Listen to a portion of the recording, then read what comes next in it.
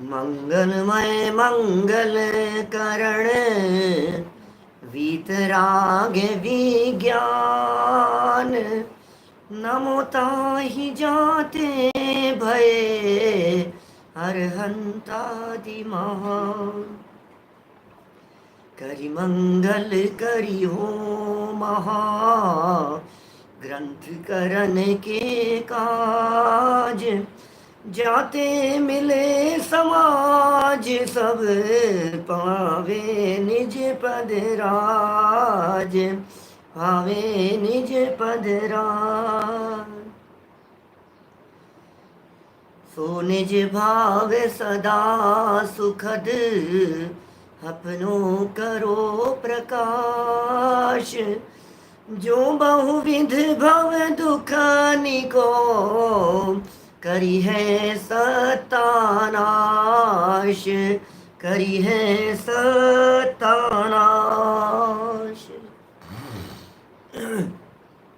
मोक्ष मार्ग प्रकाशक नामक यह ग्रंथ है। आचार्य कल्प पंडित प्रबल टोडरमल जी साहब की अनुपम रचना। तीसरे अधिकार के अंतर्गत कर्मों की अपेक्षा से दुखों की चर्चा पूरी करने के उपरांत पर्याय अपेक्षा से दुखों की चर्चा चल रही थी और विविध प्रकार की पर्यायों के दुख बतलाते हुए हम यहाँ मनुष्यों के दुखों तक पहुँच चुके थे। मनुष्य गति में भी दुख हैं। आपको लगता है मनुष्य गति के दुखों को भी बताने की ज़रूरत है? ऐसा फील करते हैं आप कभी? ऐसा मनुष्यों के दुख भी बतलाओ। देखिए, मनुष्य गति के दुखों को बतलाते हुए कल थोड़ी सी नेटवर्क की प्रॉब्लम थी और चर्चा यहाँ काफ़ी हुई आपके बीच में।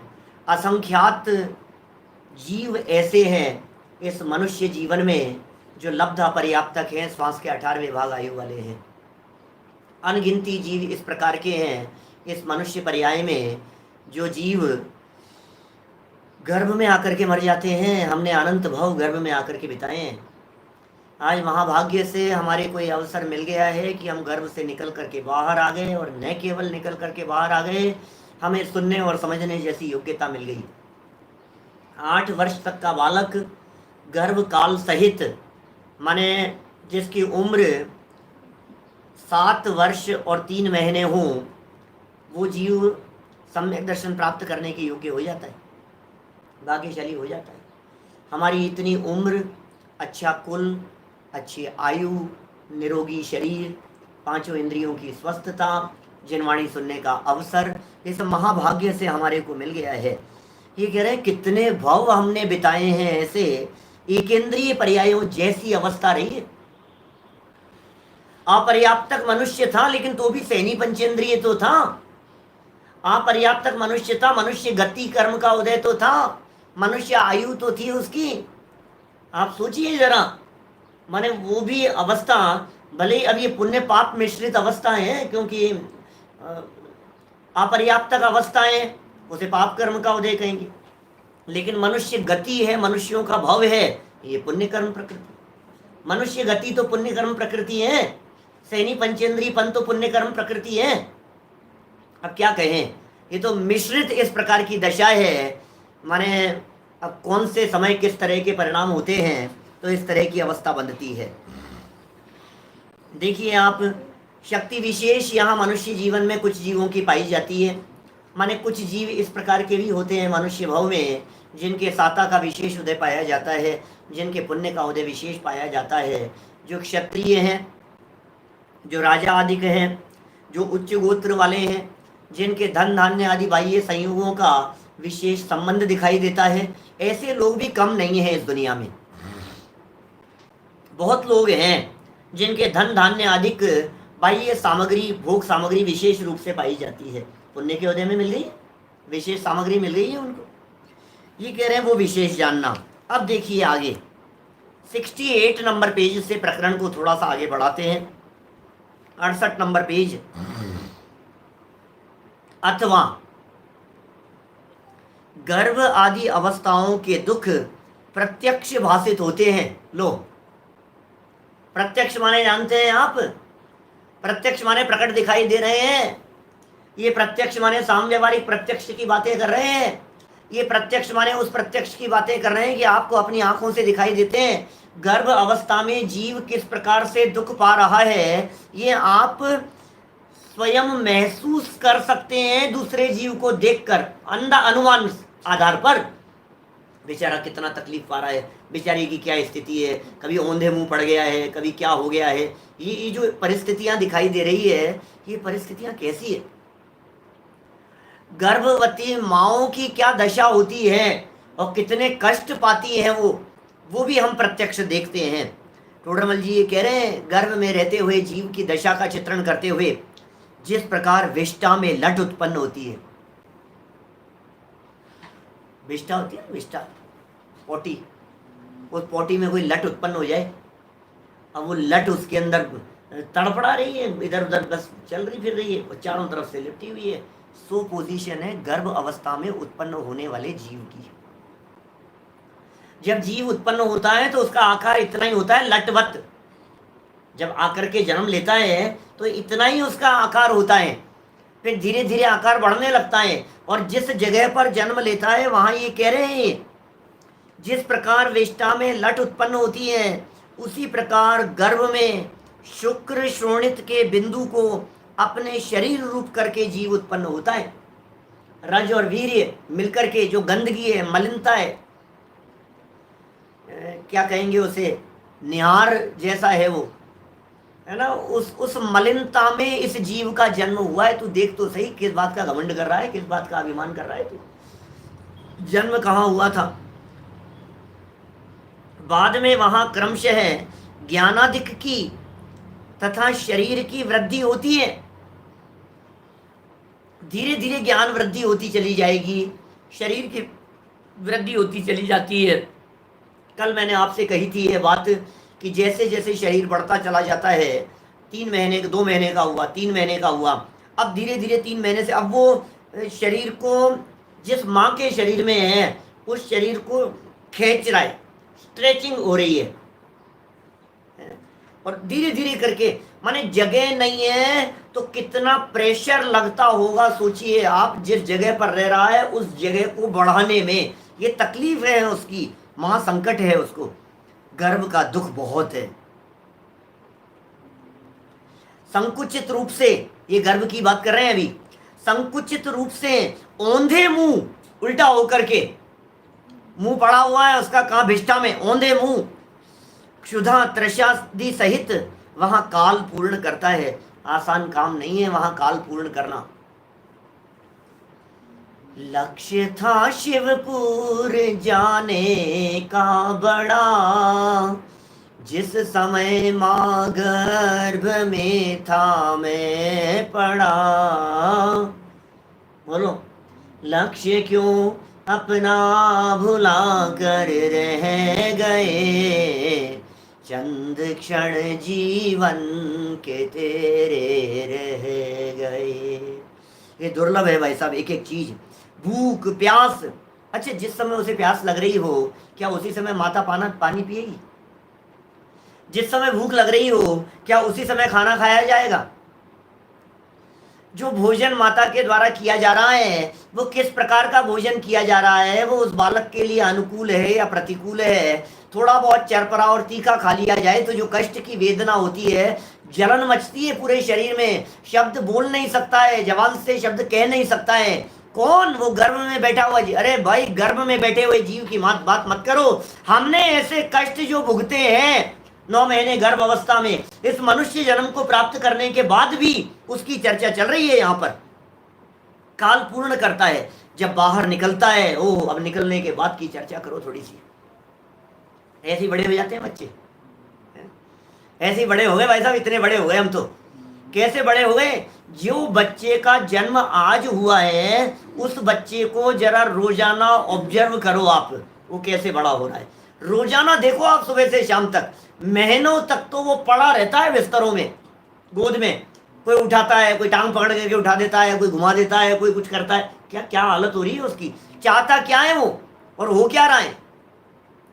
जवान से बोलने की सामर्थ्य नहीं है, पैरों से चला जाता नहीं है, शक्ति तो अल्प है अभी बाल्य अवस्था के अंदर, और इच्छाएं कम थोड़ी ने उस अवस्था में।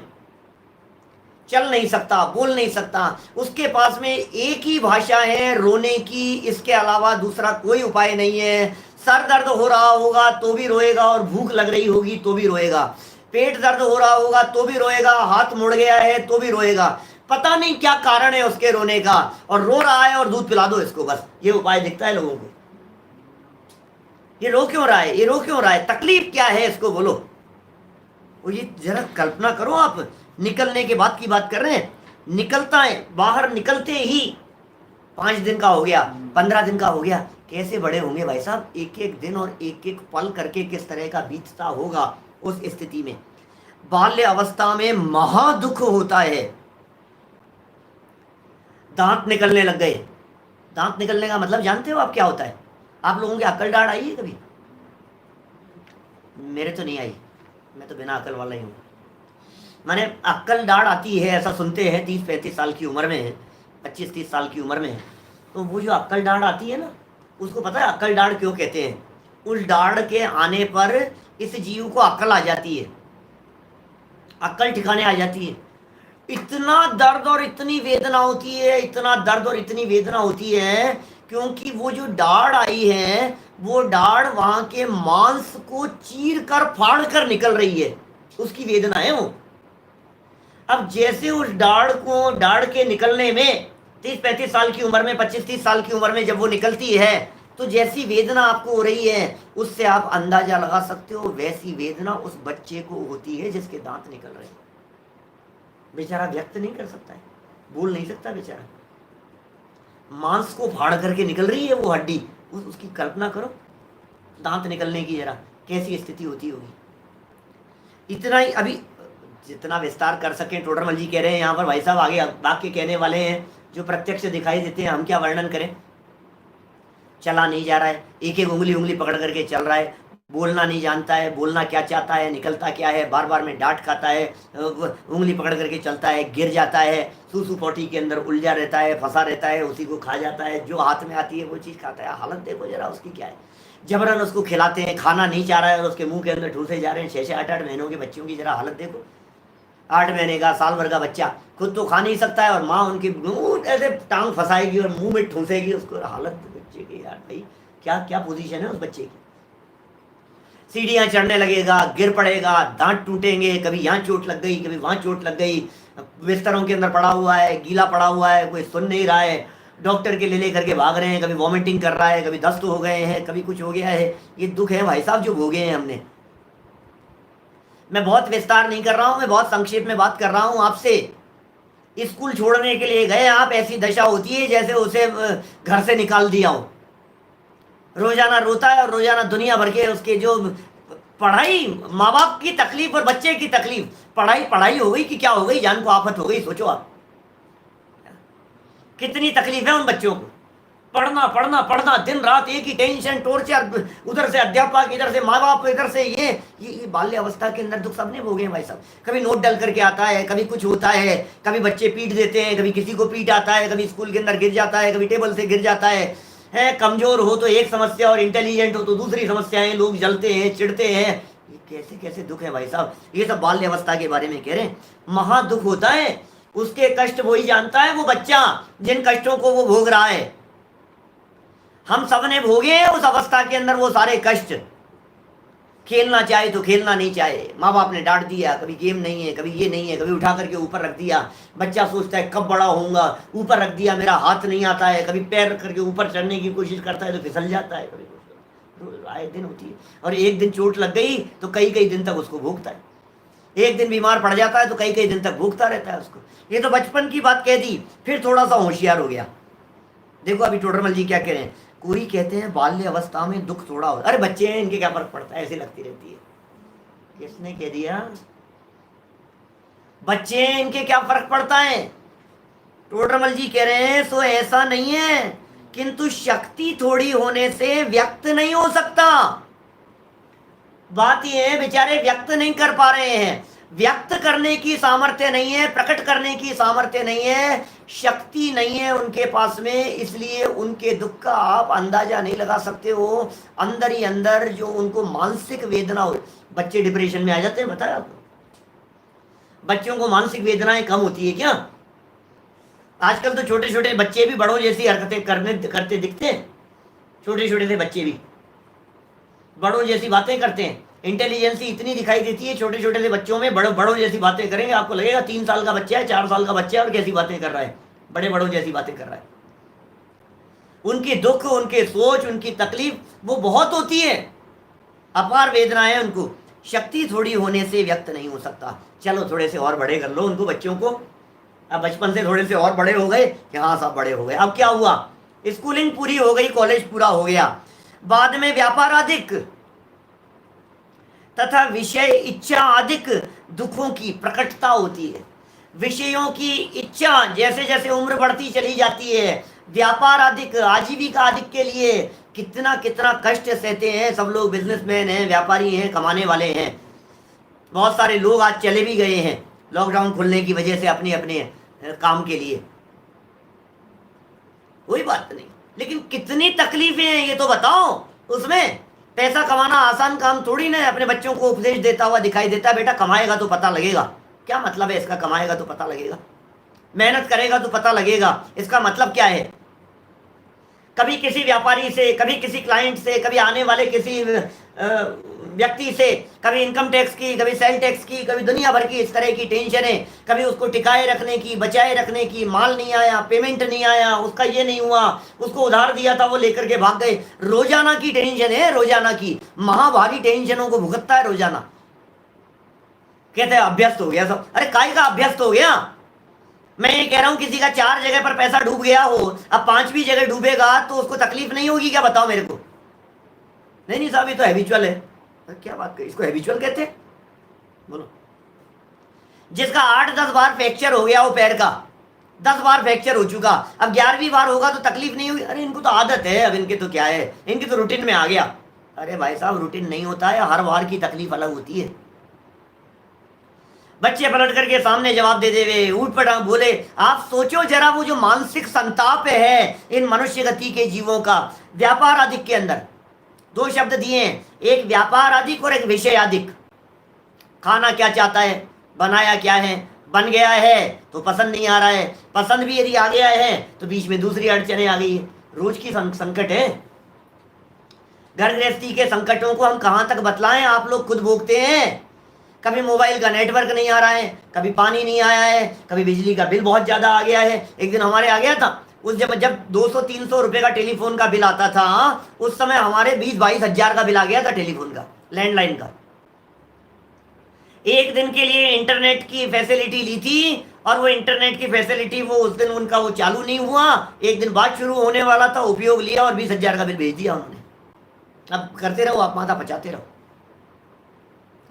1000-2000 5000 रुपए का बिजली का बिल आता हो, 8000 का बिल आता हो आपका बिजली का, और 80,000 का बिल भेज दे रहे। अब वो ये कहते हैं पहले तो जमा कराओ, आप माथा पचाते रहो। कभी गाड़ी चलाना, कभी गाड़ी के टकरा जाना है, कभी दुर्घटनाएं हो जाना, एक्सीडेंट हो जाना, पैर स्लिप हो जाना, उंगलियां कट जाना है, दांत टूट जाना, दांत हिलने लगना, घुटनों में दर्द होने लगना। थोड़ा कहा है, बहुत समझना, कहां तक कहता रहूं, इतना समझ लो आप। जो आप प्रकट भोग रहे हैं ना, कभी मकान मालिक से झगड़ा होता है, कभी किराएदार से झगड़ा होता है, कभी सड़क चलते आदमी से हो जाता है, कभी किसी की टक्कर लग जाती है, कोई अपने टक्कर मार करके चला जाता है, कभी वकीलों की झंझटें हो जाती है, कभी डॉक्टरों के चक्कर लगते रहते हैं। ये कितनी तकलीफें हैं यार ये इस मनुष्य जीवन में। इसको फील नहीं होता, तुझे तकलीफ महसूस नहीं हो रही है। आचार्यों ने इस प्रकार के कथन किए हैं जिन्हें संसार के दुख रूप भाषित नहीं होते, जिन्हें संसार के कष्ट रूप भाषित नहीं होते, उनके मोक्ष मार्ग कैसे प्रकट होगा जीवन में, बताओ हमारे को। मोक्ष मार्ग प्रकट करने के लिए तुम्हें दुख फील तो होने चाहिए यार, कष्ट तो लगना चाहिए। कभी मकान की छत लीक करने लग जाती है, कभी दीवार का कुछ हो जाता है, कभी लाइट में करंट आने लग जाता है, कभी पंखा कुछ हो जाता है, कभी एसी खराब करने लग जाता है, कभी कोई सर्वेंट छुट्टी कर देते हैं, कभी नौकर चाकर कुछ भी कह करके चले जाते हैं, कभी ऊट पटांग बोल देते हैं, कभी पड़ोसी परेशान करते हैं। क्या क्या हालतें हैं दुनिया में, बोलो आप। बच्चे, पोते, बहुएं, सास, माँ बाप, दुनिया भर के, कभी दोस्त धोखा दे देता है, कभी व्यापारी धोखा दे करके चला जाता है, कभी सर्वेंट चक्कू दिखा करके चला जाता है, कभी डाकू आ जाते हैं, कभी चोर आ जाते हैं, कभी चूहे दिखाई दे। कितनी तकलीफें। देखो जरा यहाँ क्या कह रहे हैं, बाद में व्यापार अधिक तथा विषय इच्छा अधिक दुखों की प्रकटता होती है, इष्ट अनिष्ट जनित आकुलता बनी ही रहती है। आप कितने आकुलित हैं, आप कितने आकुलित हैं, कदम कदम पे आपके चित्त में आकुलता नहीं है क्या? बताओ मेरे को, कितनी आकुलता है आपको? थोड़ा सा आपके मन माफिक काम नहीं होता है तो आपका दिमाग खराब हो जाता है। बोलो, कितनी आकुलता बनी रहती है। चाहता कुछ है और होता कुछ है, चाहा हुआ तो होएगा नहीं, क्योंकि इसी तरह के कर्म के होते हैं। ऊपर जो कही ना इन्होंने शक्ति की जहां चर्चा की थी, वहां ज्ञानावरण, दर्शनावरण और अंतराय कर्म के क्षयोपशम जन्य बात समझना और उदय जन्य बात समझना। जहां शक्ति की बात कही ना, शक्ति की प्रकटता की, वहां 3 कर्मों जन्य बात हो गई। फिर ये सब परिस्थितियों की जो बात कह रहे हैं, ये साताधिक की बात कह रहे हैं आगे। 8 कर्मों की अपेक्षा से बातें बतलाते हैं पंडित जी बार बार में। देखो जरा क्या कह रहे हैं यहां, आकुलता बनी ही रहती है। बच्चा स्कूल से आया नहीं, आकुलता बनी ही रहती है, हर कदम पे आकुलता है। दूध को चढ़ाया गैस के ऊपर, आकुलता बनी हुई है। सब्जी चढ़ा दी, आकुलता बनी हुई है। घर से बाहर निकलता है, टेंशन चालू हो जाती है। कितनी, कभी पासपोर्ट नहीं है, कभी लाइसेंस नहीं है, कभी ये इसको रिन्यू कराओ, कभी इसको करवाओ, कभी गवर्नमेंट की फॉर्मेलिटी, कभी आधार कार्ड नहीं है, कभी इसका ये नहीं है, कभी उसका वो नहीं है, बैंकों की परेशानी है, लाइनों के अंदर लगे रहना। ये दुख दूसरी जगह नहीं है, ये मनुष्य गति का ड्रॉबैक है। मैंने जितने प्रकार के दुखों की चर्चा की है, इतने प्रकार के दुख बाल बच्चों के पढ़ाने के, लिखाने के हैं, सामने जवाब देने के, ये जो दुख है ये त्रियंच गति में नहीं है। ये जो दुख है ये देव गति में नहीं है। आपके मकान मालिक किराएदार के जो दुख हैं ये देव गति के दुख नहीं है। 3 गतियों में इस प्रकार के संकट नहीं है, मनुष्य गति में इस प्रकार का संकट है। जितनी प्रकार की परिस्थितियां आप महसूस कर रहे हो, ट्रैफिक जाम में फंस गया, अब बतलाओ देवगतियों के ट्रैफिक का कौन सा चक्कर है? बताओ। भारी बरसात हो रही है, अब नारकियों को कौन सा भारी बरसात की टेंशन है? ये मनुष्यों के दुख है। हर जगह पर टेंशन और आकुलता। गाड़ी तेज चलाता है तो आकुलता, गाड़ी धीरे चलाता है तो आकुलता, ट्रेन छूट जाए, फ्लाइट छूट जाए, और अभी जो महामारी का जो संकट जो चल रहा है वो कितनी आकुलता है, कितने तरह की परेशानी है।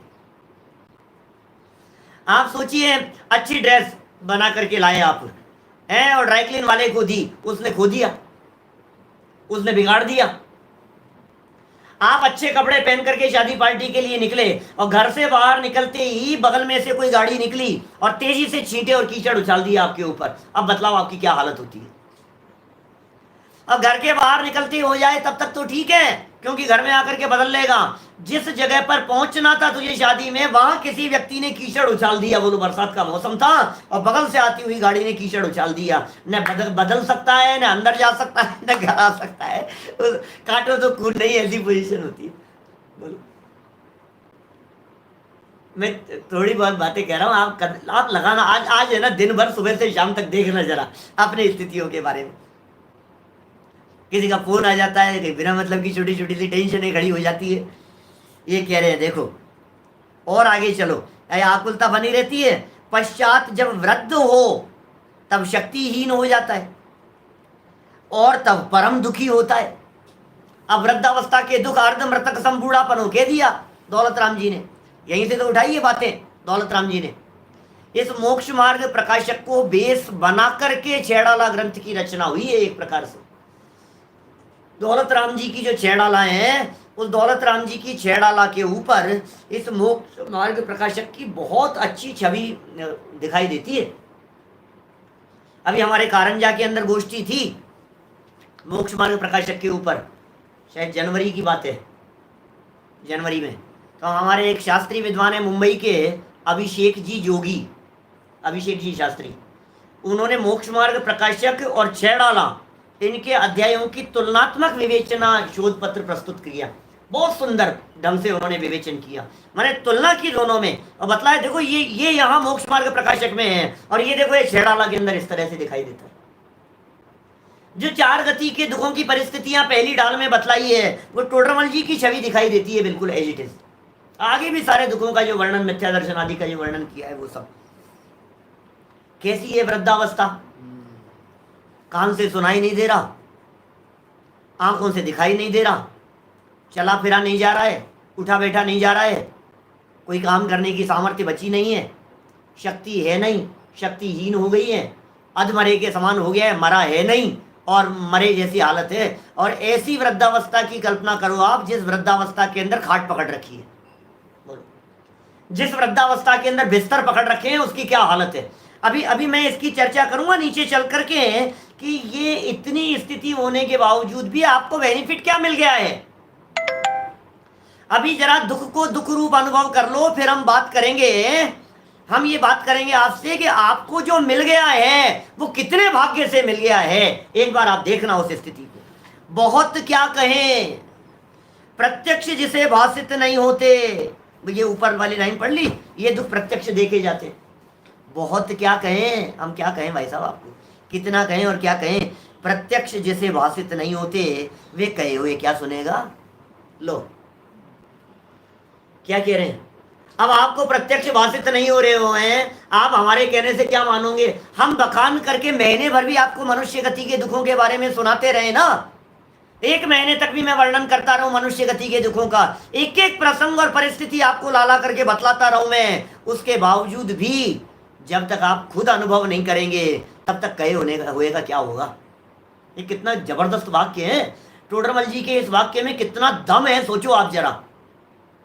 जो व्यक्ति स्वयं दुखी होते हुए, जो व्यक्ति स्वयं पीड़ित होते हुए, जो व्यक्ति स्वयं प्रकट में इन दुखों का अनुभव करते हुए, फील करते हुए भी उसका विचार नहीं कर पा रहा है, वो कहे हुए का क्या विचार करेगा। हमारे कहने से हो क्या जाएगा ये तो बताओ। बोलो, कहे हुए कैसे सुनेगा। किसी के कदाचित, अब भाषा बदल रहा है थोड़ा सा, किसी के कदाचित किंचित साता का उदय होता है सो आकुलतामय। अब साता का उदय हो गया तो कौन सी शांति है, आकुलतामय है।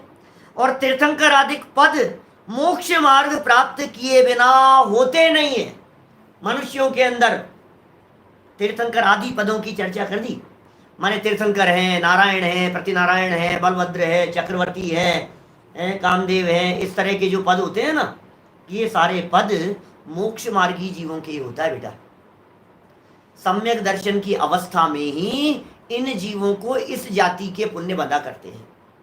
सम्यक दृष्टि ज्ञानी जीवों के, माने सम्यक दर्शन के साथ में रहने वाला जो विशुद्ध परिणाम है, उससे इस जाति के कर्म प्रकृतियां बंधती है, विशेष महापुरुषों की स्थितियां। तो ये कह रहे हैं भाई तीर्थंकर आदि पदों की बात करो मनुष्य गति के, उनके कष्ट नहीं है तीर्थंकर आदि के। तीर्थंकर मुख्य रीति से समझना, फिर यथा योग्य। जैसे मान लो अब तीर्थंकर की तो बात कह दी, अब तीर्थंकर का तो जन्म से नक्की है, लेकिन चक्रवर्ती का जन्म से नक्की थोड़ी ना। तो जो सुख सुविधाएं तीर्थंकरों के जीवन में दिखाई देती है, स्वर्ग से वस्त्राभूषण आने की, भोजन आने की, देवों द्वारा सारी व्यवस्थाएं होने की, अब चक्रवर्ती की लाइफ में तो ये नहीं है। चक्रवर्ती के तो जन्म से तो कष्ट भोग ही रहा था ना, जन्म से राजा थोड़ी ना था, जन्म से सम्राट थोड़ी ना था। भरत चक्रवर्ती तो 84 लाख पूर्व की आयु, भरत चक्रवर्ती की भी आयु इतनी थी। 63 लाख पूर्व की उम्र में ऋषभदेव स्वामी ने दीक्षा ली थी। 63 लाख पूर्व की आयु जब भरत जी की थी, तब ऋषभदेव स्वामी ने 83 लाख पूर्व की उम्र में दीक्षा ली थी। ऋषभदेव स्वामी से 20 लाख पूर्व छोटे थे भरत चक्रवर्ती। अब 84 की उम्र और 83 तक तो पिताजी राज्य कर रहे हैं। अब सोचो जरा, ऐसे चक्रवर्ती बनने वालों के हालात तो देखो जरा क्या होंगे। और उसमें भी अभी 1000 वर्ष बाद में, उनके दीक्षा लेने के 1000 वर्ष बाद में इसको चक्र रत्न प्रकट होगा, क्योंकि 1000 वर्ष बाद में उन्हें केवल ज्ञान की प्राप्ति होगी तो चक्र रत्न दिखाई देगा। माने मेरा कहने का मतलब, वो चक्रवर्तित्व भी यदि हो गया तो कितने समय का चक्रवर्ती।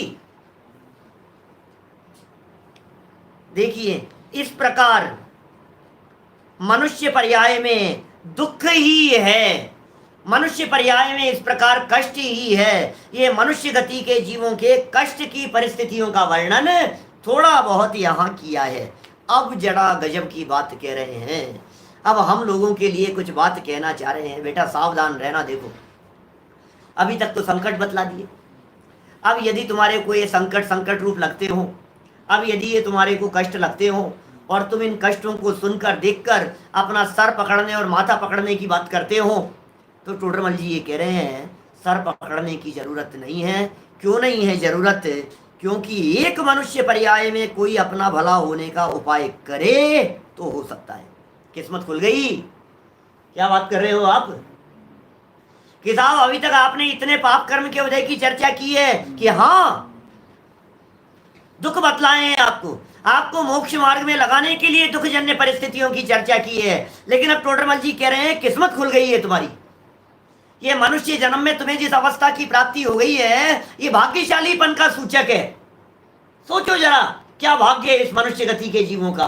भाग्य ऐसा है नारकी जीवों को लड़ने से फुर्सत नहीं है।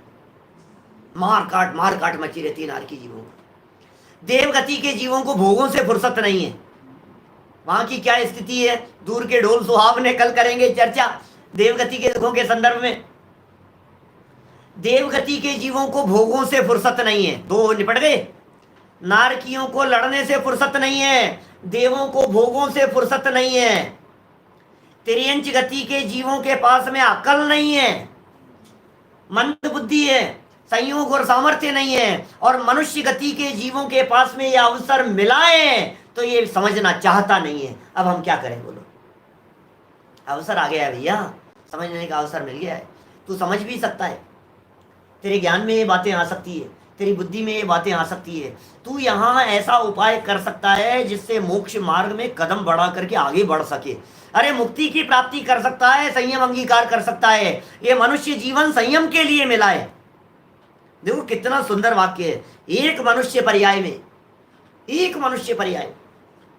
सोचो जरा, नर एक इंद्री पर्याय नहीं, दो इंद्री पर्याय नहीं, तीन इंद्री, चार इंद्री, असैनी पंचेंद्री, सैनी पंचेंद्रियों में नारकी नहीं, त्रियंच नहीं, देवगति के जीव नहीं, एक मनुष्य पर्याय की बात कर रहे हैं। इतनी सारी पर्यायों में से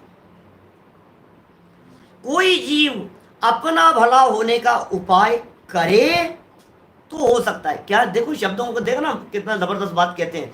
वजनदारी देखो आप शब्दों की।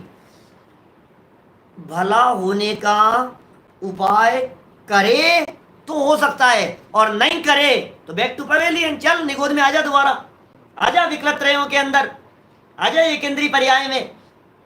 देवगति में भी चला जाएगा तो तहते चैत आवर्तन धरे, आजा बेटा वापस लौट करके आजा। तुझे चांस दिया था और तूने किया नहीं, उसका उपयोग नहीं किया। बोल, तुझे मौका दिया और तूने कुछ करके नहीं दिखाया। जैसे हो जाता है ना कभी कभी किसी व्यक्ति को किसी पोस्ट के ऊपर इंक्रीमेंट हो जाता है उसका और उसको चांस मिल जाता है। आपको भाई साहब ये सरकार उतार देती है वैसा प्रधानमंत्री बना देने के बाद। बोलो, आपको 5 साल का मौका दिया था कुछ करने के लिए और आपने 5 साल के अंदर कुछ नहीं किया तो सरकार बदल जाती है 5 साल में। मुख्यमंत्री बदल गया, प्रधानमंत्री बदल गया। ये क्या हुआ? राजस्थान में तो पिछले 5-7 चुनावों से ऐसा ही हो रहा है। पिछले 25 साल से एक बार बीजेपी की सरकार आती है, फिर कांग्रेस की सरकार आती है, फिर बीजेपी की सरकार आती है, फिर कांग्रेस की सरकार आती है, फिर बीजेपी की सरकार आती है, फिर कांग्रेस की सरकार। पिछले 6 बार से देख रहे हैं लगातार ऐसा। हर 5 साल के अंदर सरकार बदल जाती है। भाई तुम्हें मौका दिया था, तुम्हें अवसर मिला था काम करने का, तुझे ये मनुष्य पर्याय तेरे सद्भाग्य से मिल गई थी क्या? लेकिन तेरा ये मनुष्य जन्म पूर्व के किए गए पुण्य कर्म का फल तो है। अब यदि तूने इसका सदुपयोग नहीं किया तो फिर क्या होगा बता? छीन ली जाएगी। कितने समय के लिए रहेगी बता? टेम्परेरी टाइम मिला है तेरे को, अब तू देख ले। उपाय करे तो हो सकता है। जैसे जबरदस्त उदाहरण है टोडरमल जी साहब का, जबरदस्त उदाहरण। कौन सा? देखो, जैसे काने गन्ने की जड़ वह उसका ऊपरी फीका भाग तो चूसने योग्य ही नहीं है। काने गन्ने का उदाहरण देकर के बात कर रहे हैं। गन्ना जानते हैं बेटा? गन्ना नीचे तो होती है जड़, देखा गन्ने को? नीचे उसके जड़ जैसी होती है, कांटे कांटे से जिस तरह के होते हैं ना, वो जड़ जैसी पोजीशन है, उसमें तो कुछ है ही नहीं। और ऊपर की बात करो तो ऊपर उसके वो लहराते रहते हैं, पत्ते जैसे होते हैं, घास जैसी होती है वो, तो उसमें तो कुछ नहीं है दम। तो नीचे और ऊपरी भाग तो फीका भाग है, चूसने योग्य ही नहीं है, बराबर। और बीच की पोरें, पोर जानते हो आप, उनकी जो गांठ होती है ना, गांठें बीच बीच में, ये 6-6 इंच के ऊपर और नीचे, तो बीच का जो हिस्सा है ना, ये 8-8 इंच का, 6-6 8-8 इंच का, ये है पोरें। ये कहते हैं ये जो पोरें हैं, ये कानी होने से वे भी नहीं चूसी जाती। कानी है, अब वो उसके ऊपर कुछ इस तरह का है कि जिसमें वो चूसी नहीं जाएगी, खराब है वो गन्ना, बेकार है। तो ये कह रहे हैं कोई स्वाद का लोभी उन्हें बिगाड़े तो बिगाड़ो। स्वाद का लोभी व्यक्ति, कोई ये सोचे क्या कि बिगाड़ना चाह रहा है, कोई व्यक्ति मूर्ख है, ना समझ है, अब वो व्यक्ति ये सोच रहा है अरे नहीं नहीं स्वाद आएगा, स्वाद आएगा, आएगा तो कुछ नहीं, वो उसको बिगाड़ रहा है, बिगड़ जाएगा वो। तो इसका उपयोग क्या हो सकता है उसका, ये बताओ। तो टोडरमल जी ये कह रहे हैं यदि उन्हें बो दे तो उनसे बहुत से गन्ने हों और उनका स्वाद मीठा आए। वाह। यदि उन पोरों को बो दिया जाएगा, अब ये टोडरमल जी तो उस जमाने की बात कर रहे हैं जिस जमाने में खेती बाड़ी मुख्य साधन हुआ करते थे आजीविका के। भाई 300 साल पहले का उदाहरण है। आजकल तो गांव ही कहाँ है, गांव कम होते जा रहे हैं, शहर बढ़ते जा रहे हैं, शहरों का विकास होता जा रहा है, खेती बाड़ी कम होती जा रही है। आज शहर में सुनने वाले लोग कहेंगे कि अरे हमें कौन सी बात बता रहे हैं, लेकिन ये बात ऐसी है, किसानों की दृष्टि से बात है कि भाई तुझे ये मिल गया है, तू इसे खा करके, इसे चूस करके बर्बाद मत कर, इसको उपयोग में ले। और उपयोग ये हो सकता है, इसका सदुपयोग ये हो सकता है, इसे तू यदि बो दे तो बहुत सारे गन्ने लग जाएंगे, और बहुत सारे गन्ने लग जाएंगे, उनका मीठा स्वाद आएगा और उनका उपयोग होगा, खूब स्वाद लेना उनका। फिर ये देखो क्या कह रहे हैं यहाँ, और बिगाड़ो तो बिगाड़ो, परंतु यदि उन्हें बो दे तो उनसे बहुत से गन्ने हों और उनका स्वाद बहुत मीठा आए। उसी प्रकार जैसे यहां बात कही गई है, अब इस बात को गन्ने के ऊपर, गन्ने को घटित करो मनुष्य लाइफ के ऊपर। गन्ने के 3 बात कही थी, नीचे का हिस्सा, बीच का हिस्सा और ऊपर का हिस्सा, 3 भागों में बांट दिया। ऐसे ही मनुष्य लाइफ को 3 भागों में बांट दो, एक बालक अवस्था बचपन, एक युवावस्था और एक वृद्धावस्था। इन 3 हिस्सों के अंदर अपन ने मनुष्य जीवन को बांट दिया। बोले बचपन अवस्था कैसी थी, बोले कुछ दम नहीं है, कुछ करने की सामर्थ्य नहीं है, कुछ हो नहीं पाएगा इस बचपन में, बेकार है बचपन तो। और वृद्धावस्था कैसी थी, बोले उसमें भी कुछ नहीं है, कुछ बचा नहीं है, अब दम कुछ बचा नहीं है, ये वृद्धावस्था की ये हालत थी। अब युवावस्था है साहब, तो टोडरमल जी ये कह रहे हैं उसी प्रकार मनुष्य पर्याय का बालक वृद्धपना तो सुख योग्य नहीं है। बालक अवस्था तो सुख योग्य है ही नहीं, वृद्धावस्था भी सुख योग्य नहीं है। बालक अवस्था में भी सुख नहीं था, वृद्धावस्था के अंदर भी कष्ट था। बाल पने में ज्ञान न लयो और अर्ध मृतक सम बूढ़ा पनो। अब तरुण समय क्या स्थिति है, बोले तरुणी रत रहो, माथा पकड़ लिया, क्या करें। मनुष्य पर्याय का बालक वृद्धपना तो सुख योग्य नहीं है। और बीच की अवस्था, बीच की अवस्था कौन सी है, युवा अवस्था, ये रोग क्लेश आदि से युक्त है। अब बीच की अवस्था कैसी मिल गई है आपको, रोग है, क्लेश है, कष्ट है, वहां सुख हो नहीं सकता। ओहो, बीच की इस अवस्था के अंदर सुख हो नहीं सकता, क्योंकि बीमारियां हैं, कष्ट हैं, क्लेश हैं, जो व्यापार आदि की समस्याएं कही है, जो भोगों की इच्छाएं और तृष्णाएं कही है। सोचो जरा क्या हालत है।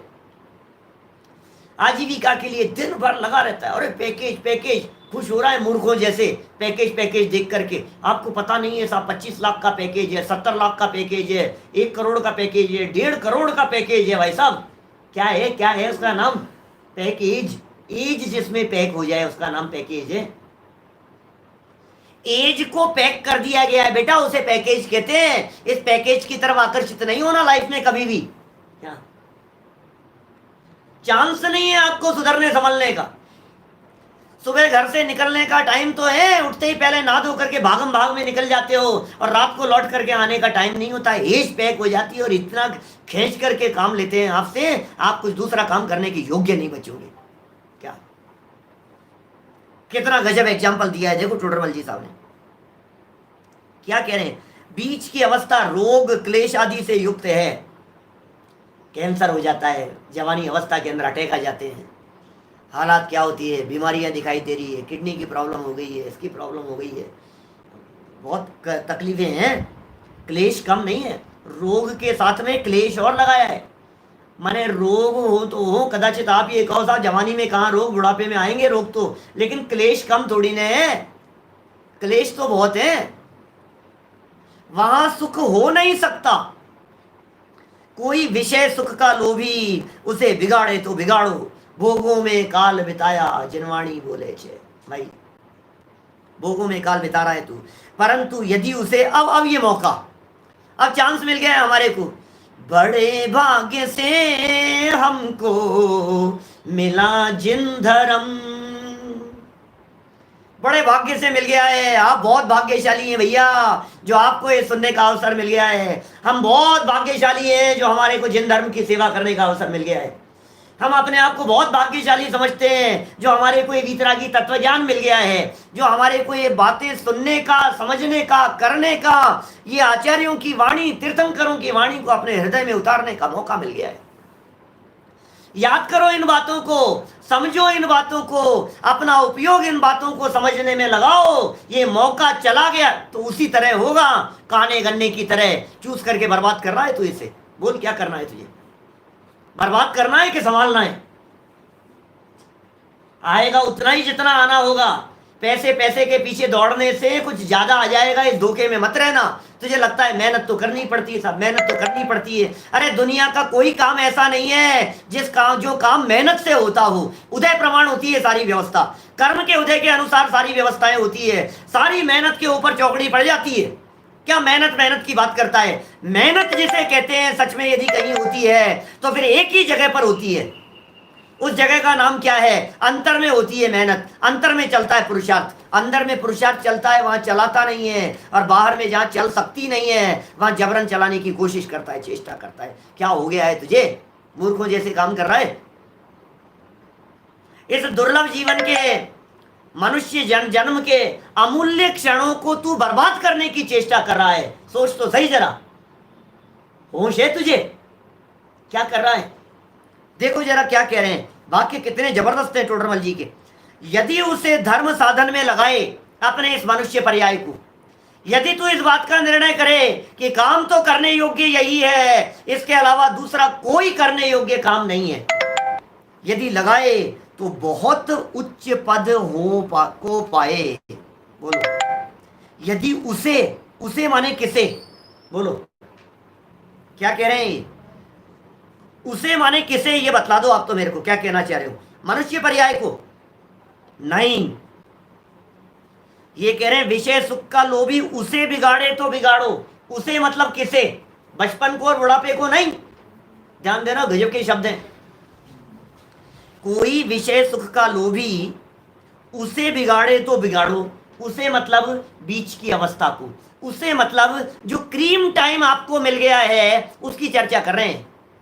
ये जो क्रीम मिल गया है ना आपको टाइम, उस टाइम की बात कर रहे हैं। बिगाड़े तो बिगाड़ो आप इस क्रीम टाइम को, परंतु यदि उसे धर्म साधन में लगाए, यदि उसे माने अपने इस लाइफ के क्रीम टाइम को, इस युवा अवस्था को, मैं कहना चाहता हूं युवा साथियों से, समय निकालो थोड़ा सा अपने आप को समझने के लिए, समय निकालो थोड़ा इस वितरागी तत्व ज्ञान के लिए, समय निकालो थोड़ा सुख और शांति प्राप्त करने का प्रयत्न करने के लिए। क्या थोड़ा सा समय निकालो, अवसर मिल गया है भाई साहब, ये तत्व ज्ञान सुनने का अवसर मिल गया है, महाभाग्य से मिलता है। अच्छा मैं कहता हूं कितने मनुष्य गति के जीवों को ये चांस मिला है? बताओ, बोलो कितने लोगों को? आस पड़ोस में देखो जरा, आपकी कॉलोनी में देखो, आपकी सिटी में देखो, आपके गांव में देखो, कितने मनुष्य गति के जीव रहते हैं।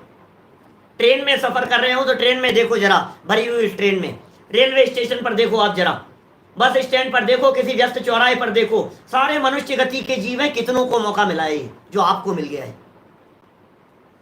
मैं युवाओं से कहना चाह रहा हूं, जो आपके माता पिता आपको इस मार्ग में लगने का उपदेश दे रहे हैं, ये कितने लोगों को ऐसा उपदेश मिलता है कि बेटा कुछ कर लो, बेटा कुछ समझ जाओ, बेटा कुछ समझ जाओ? कहां कहां मिल रहा है बताओ मेरे को? किसको मौका है? खो देगा तो खो देगा। उसे धर्म साधन में वृद्धावस्था में नहीं कर पाएगा, बाल्यावस्था में मुश्किल है, भरत चक्रवर्ती के 16 स्वप्न आए ना, भरत चक्रवर्ती को, उस चक्रवर्ती के 16 स्वप्नों में उसने बैल देखे और उसका फल ये बतलाया गया कि जवानी में धर्म होगा, बुढ़ापे में करना, जो जीव बुढ़ापे में कर, देखो अपवाद तो सब जगह होते हैं, फिर मैं वृद्ध लोगों का निषेध नहीं करना चाहता हूँ, जितना जो होगा सो होगा, लेकिन जवानी में जितना हो सकता है ना उतना वृद्धावस्था में नहीं हो सकता। 2-4 साल की उम्र के अंदर बचपन में कुछ नहीं हो सकता है, साल 6 महीने का है, साल 2 साल का है, 2-5 साल का है, 7 साल का है, कुछ नहीं कर पाएगा। लेकिन जो एक बीच का एक क्रीम टाइम मिल गया है उसमें हो सकता है। देखो यदि धर्म साधन में लगाए तो बहुत उच्च पद को पाए। अरे उच्च पद क्या है? उत्तम मुनि अवस्था हो गई, बहुत उच्च पद को पाए। ये टोडरमल जी कोई भोगों की तरफ आकर्षित नहीं करना चाह रहे। यहाँ उच्च पद का अर्थ कोई देवादी गतियों की बात नहीं कर रहे हैं। यहाँ उच्च पद का अर्थ कोई ऐसा नहीं कि तुम मिनिस्टर बन जाओगे, कहीं के मंत्री संतरी हो जाओगे, उसे उच्च पद नहीं कह रहे। बहुत उच्च पद माने इस मनुष्य जन्म के अंदर तू सदुपयोग करेगा तो संयम अंगीकार कर सकता है। ऐसा उच्च पद मिलेगा कि इंद्र तेरे चरणों में आकर के मुकुट धरेगा। समझ में आ रही है बात? इसका नाम उच्च पद है, मुनि पद का नाम उच्च पद है। श्रेणी चढ़ेगा, अनंत अवस्था की प्राप्ति कर लेगा, सिद्ध अवस्था की प्राप्ति कर लेगा, सर्वोच्च पद की प्राप्ति कर लेगा। और ये चांस मनुष्य जीवन में है, ये चांस नारकियों को, तिर्यंचों को और देवों को नहीं है। देव लोग तरसते हैं ऐसे मनुष्य पर्याय की प्राप्ति के लिए। क्या देव लोग तरस रहे हैं क्षण भर के लिए मनुष्य पर्याय मिल जाए, सारा वैभव ले लो हमारा, लेकिन मनुष्य पर्याय की प्राप्ति हो जाए, इतना तड़प रहे हैं देव लोग। अब हमें तो लगता है देव, अरे नहीं क्या बात कर रहे हो साहब, देव तो देव देव देव, स्वर्ग, स्वर्ग का आनंद, स्वर्ग का आनंद देखना है तो कल करेंगे 9:20 पे। क्या करें बोलो भाइयों? सुनना गहराई से, बराबर सुनना इस चीज को। आप लोगों को यदि जॉब पर जाना हो तो जाते जाते सुनना, रास्ते में सुनना, आगे पीछे आकर के सुनना। लेकिन ये बातें सुनने से हमारे कानों के कीड़े झड़ते हैं, ये बातें सुनने से हमारे को प्रेरणा मिलती है, ये बातें सुनने से हमारे को बल मिलता है, ये बातें सुनने से मोक्ष मार्ग में लगने की प्रेरणा मिलती है, हमारे को उत्साह जागृत होता है, पुरुषार्थ जागृत होता है अंदर से। आज मरे और कल तीसरा दिन है, कौन पूछने वाला है तुम्हारी संपत्ति को? बोलो आप इकट्ठे करके कर लेना, आप कितना इकट्ठा करोगे, किसके लिए कमा रहा है कुछ अंदाजा नहीं है तेरे को, किसके लिए दौड़े जा रहा है, भागे जा रहा है। एक प्रसंग सुनाता हूं मैं, कई प्रवचनों में पुराने सुना है पहले, कभी सच्ची घटना है। रसिया के किसी सेठ की डेथ हो गई, उसकी न्यूज़पेपर में छपी हुई घटना है। अरबों खरबों की संपत्ति का मालिक, और डेथ हो गई उसकी। उसकी डेथ हो जाने के बाद उसकी वाइफ ने घर में काम करने वाले ड्राइवर के साथ में शादी कर ली। सच्ची घटना है, न्यूज़पेपर की। उसकी वाइफ ने शादी कर ली किसके साथ में? ड्राइवर के साथ में। उस ड्राइवर का स्टेटमेंट न्यूज़पेपर में छपा था। हम जीवन भर ये सोचते रहे कि हम सेठ जी के लिए काम करते हैं, लेकिन आज हमें पता लगा कि सेठ जी जीवन भर हमारे लिए काम करते रहे। अब बोलो आप क्या हालत है, किसके लिए कमाएगा, किसके लिए छोड़ करके जाएगा, कुछ अता पता नहीं है। ये कह रहे हैं यहाँ उच्च पद को पाए वहां सुख बहुत निराकुल पाया जाता है। इससे भी सिद्ध होती है कि इंद्रादिक और देवादी पदवियों की चर्चा नहीं कर रहे हैं, निराकुल सुख की बात कर रहे हैं। निराकुल सुख कहाँ होगा बोलो? पंचम गुणस्थान में, छठे सातवें गुणस्थान में निराकुल सुख। चौथे गुणस्थान वाला सुख तो सब जगह, चारों गतियों में। पंचम गुणस्थान वाला जो सुख और शांति है वो मनुष्यों और तिर्यंचों में, लेकिन छठे सातवें गुणस्थान वर्ती जो उत्तम सुख है वो सुख अकेला मनुष्य गति में। उसकी बात कर रहे हैं, मनुष्यों से उच्च पदवी की प्राप्ति करे, निराकुल पाया जाता है। इसलिए अंतिम वाक्य आपको प्रेरणा देने के लिए, इसलिए यहां अपना हित साधना। हित क्या है? भलाई किसमें है? बोलो किसमें तेरी भलाई है? तेरा प्रयोजन क्या है ये बता। शाम को करेंगे थोड़ी बहुत चर्चा जो चलती है अपनी, उसमें पुरुषार्थ सिद्धि उपाय, अर्थ और प्रयोजन की चर्चा। तेरा प्रयोजन क्या है? सुख प्राप्त करना तेरा प्रयोजन है, प्रयोजन सिद्ध करने की बात कर रहे हैं। हित का साधन कर, नुकसान का धंधा कर रहा है सदा से। सुखी होने के भ्रम से वृथा नहीं खोना इस मनुष्य जीवन को, इस जवानी के दुर्लभ क्षणों को। सुखी होने के भ्रम से भ्रम है तेरे को, इससे सुखी हो जाएगा, अच्छा बंगला बनाऊंगा तो सुखी हो जाएगा, अच्छी गाड़ियां मिल जाएगी तो सुखी हो जाऊंगा, धन धन खूब होगा तो सुखी हो जाऊंगा, अच्छी लड़की मिल जाए, अच्छी लड़की से शादी हो जाए तो सुखी हो जाऊंगा, 2 बच्चे अच्छे हो, आज्ञाकारी पुत्र हो तो सुखी हो जाऊंगा। इस भ्रम से नहीं खोना और यहाँ अपना हित का साधन करना। ये टोडरमल जी ने हमारे को बहुत करुणा भरी प्रेरणा दे दी है भाई। यदि आपको अच्छी लगती हो ये प्रेरणा तो औरों को ये प्रेरणा देना, औरों को समझाना, औरों को लगाना धर्म मार्ग में। और हमें जैसा ये मार्ग मिल गया है ऐसा ये मार्ग और लोगों को भी जानने को मिले, और लोगों को भी सुनने को मिले। सब लोग इस वीतरागी तत्व ज्ञान की बात को सुने, समझे और सबका कल्याण हो, इसी मंगल भावना से हम बात को यहीं विराम देते हैं। कल ले चलेंगे आपको देवगति में बताई यह अनंत उपकार है, उसके लिए जिन वाणी माँ को वंदना शत बार है, वंदना शत बार।